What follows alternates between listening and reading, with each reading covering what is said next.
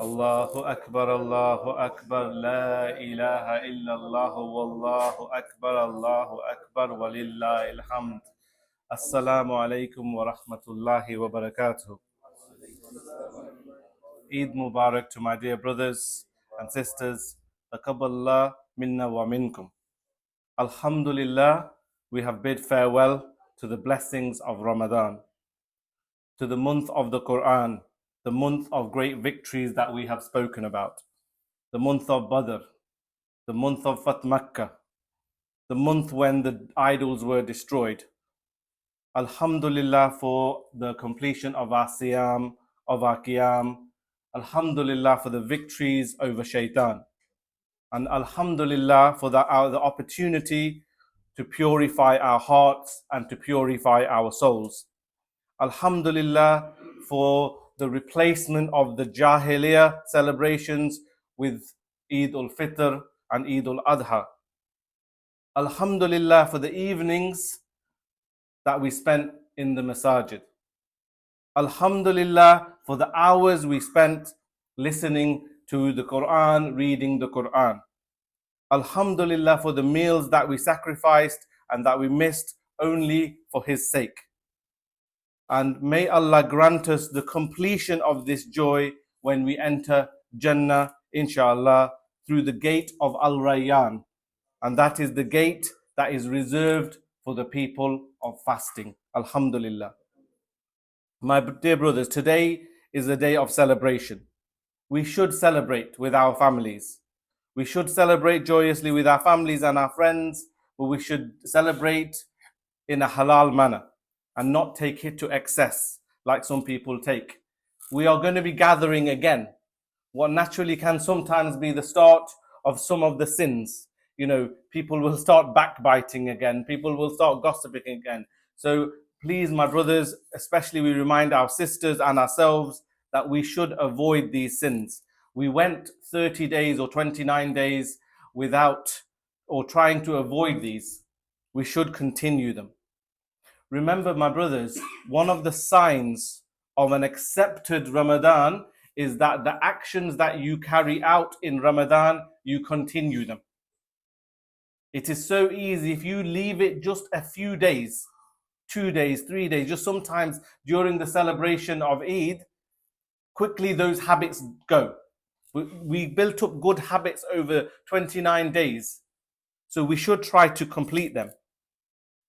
Most of all and most importantly, we should make Eid memorable for our children, like we mentioned, the brother mentioned on Jummah. Because this is the time to nurture our children. This is the time to make sure that they are the carriers of Islam because of how much is going on around them. And just as importantly, my brothers, we are here, all our men here, so no sisters have come today. It is important that we go home and whatever we hear and we listen and we learn, we pass on to our women folk. Because sometimes we might criticize them because we think, oh, why are they not thinking like this? Why are they not doing that? But look, we have an opportunity to come and listen, and every week at Jummah we refresh. You know, we listen to some messages and that boosts us for the following week. Sometimes our sisters don't have this opportunity. So we should always go back, and anything we take that is valuable, anything that is correct, we should pass it to our sisters and to our children. So no doubt we should celebrate, we should be joyous, we should spend time with our families. Nobody is saying we shouldn't do this. Allah subhanahu wa ta'ala gave us these 2 days, the 2 Eids to celebrate. My brothers, though, Allah has presented us all with a test. You know, what does Allah subhanahu wa ta'ala say? Firstly, and this you could say applies, yes, it does apply to us, no doubt, but it applies to those people who are suffering more. Allah subhanahu wa ta'ala says, and we will surely test you with something of fear and hunger and loss of wealth, lives and fruits, but give glad tidings to the patient. Those who, when disaster strikes them, they say, indeed we belong to Allah, and indeed to Him we will return. It is they upon whom are blessings from their Lord and mercy, and it is they who are the rightly guided. I think we have all seen this with our own eyes for the last 18 months or so. We've seen how the Palestinians, how the people of Gaza have endured and how they have lost their lives, they've been hungry. So these verses, sometimes we don't appreciate them until we see people who are living them. And we have seen people who are living them. And no doubt they will be given the reward for this. And Allah subhanahu wa ta'ala says here, they are the rightly guided. However, Allah subhanahu wa ta'ala also has a message for us. This time in Surah Al-Ankabut.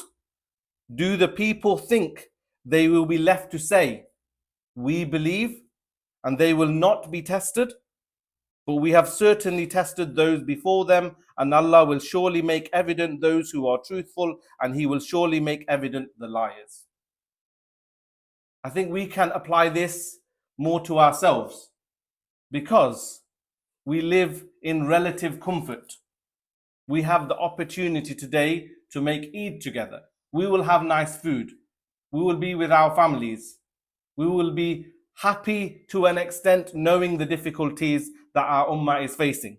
But it's not directly with us here. We are fortunate.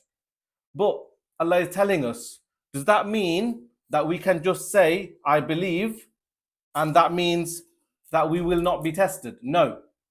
Our test is the test of ease. There is the test of difficulty and there is the test of ease. And we need to take that on board. So again, today's bayan is a short one. I want to just ask you, and I want you to all ask yourselves, what did we prove to ourselves this Ramadan? Ask yourself, what did you prove to yourself? Were you able to do things that you didn't do throughout the year? We proved that we can do a lot more. Every one of us proved we can do a lot more. All year we went to the masajid more times in 1 month than maybe we went throughout the year. I know this applies to a lot of us. That proves we can do it. We proved we can sacrifice. We proved we can work with very little sleep. We proved we can live with very little food. What does that mean? We proved we can do more. This is what Ramadan teaches us. We can do more with less. If we then don't carry on taking this lesson, that means we haven't learned a lesson from Ramadan. How did we do it though? It's easy to say. How did we do it? We did it because we collectively worked together. Because when we all do something, it's easier. If we all go to the masjid for Taraweeh, it's easier. If it was just you going on your own, it would be very difficult. This is an important lesson. That's why we need to work together collectively. We need to all speak to one another, work together and say, how do we work together, learn about the deen, and how do we help our ummah? So if Ramadan teaches that working together collectively means we can do more, that means we need to work together collectively to help our brothers and our sisters around the world and our ummah at large. We also did it because we knew in Ramadan there is so much reward. We know there is 70 times more reward, some hadith 700 times more reward, and we also know that Allah subhanahu wa ta'ala reserves the blessings that He will give for the fasting people. So sometimes the motivation to do more in Ramadan is that we know we are going to get much more reward. But my brothers, you know, to take the oppression away from our brothers and sisters, the level of reward for this is so high. To be able to speak against a ruler who is oppressing the people, the level of reward for this is so high. If we are the generation of people that helped to liberate Palestine, with whatever actions we can do, the reward is so high. So if we can do it for Ramadan because we do it for the reward, and if we can work collectively together in Ramadan, then we can work collectively together out of Ramadan. It just takes some steps. It takes us to take a chance. So we also should mention that some of the people in the world are actually sadly putting us to shame. The idea is that many Muslims, no doubt we are doing as much as we are doing what we can for Palestine. But You know what? Many non-Muslims and their advocacy, they're doing even more. So sometimes we need to look at ourselves and say, if non-Muslims who don't have that Aqidah level attachment to Al-Quds, to Palestine, to Asham, if they can do stuff for justice, because they're doing it for justice, then as Muslims, we have more of an attachment to the Holy Lands. We should be doing more. So these are, my brothers, just some lessons. No doubt we should go and celebrate, but this is an opportunity. We will be around brothers. We'll be around our families. We will have opportunities to speak. Use that opportunity, my brothers. Use that opportunity to speak about what is happening in the world and what we need to do to contribute. And if we're not sure, go and speak to people. What do we need to do? How do we awaken our ummah so that they work towards liberating Palestine? You might ask, just finishing, you might ask, why is it always, there are many people who are suffering in the world. There are people in Sudan that are suffering very badly. There are people in East Turkestan that are suffering. There are people in Syria that are suffering. Why are we always focusing just on Palestine? But my brothers, you know, Palestine, it holds a very special place in our hearts, and it also has the ability to unite us all. It has the ability to unite us all, and through that, we can work towards liberating all of our lands. That's why we give it a special focus, because we all know how we feel towards this land, and we should work towards kind of the liberation of our lands, inshallah. So my brothers, I will just finish on a dua, and then inshallah I will give you some of the instructions for the Eid Salah. Ya Allah, all praise due to you for granting us the ability to fast and to pray during Ramadan. Accept it from us. O most merciful, O Allah, forgive us of our past and future sins, our hidden and our open faults, and all that you know of us. O Allah, make us among those whose deeds are accepted and not among those who are deprived. O Allah, grant victory to the oppressed among your servants. Be with our brothers and our sisters in Palestine, in Gaza, and all the Muslim lands. O Allah, have mercy on them, remove them from injustice and aggression, and hasten their relief, victory, and empowerment. O Allah, unite the ranks of the Muslims, bring their hearts together, and return them to your deen in a beautiful way. Establish for them a just rule upon the path of our beloved Prophet sallallahu alaihi wasallam.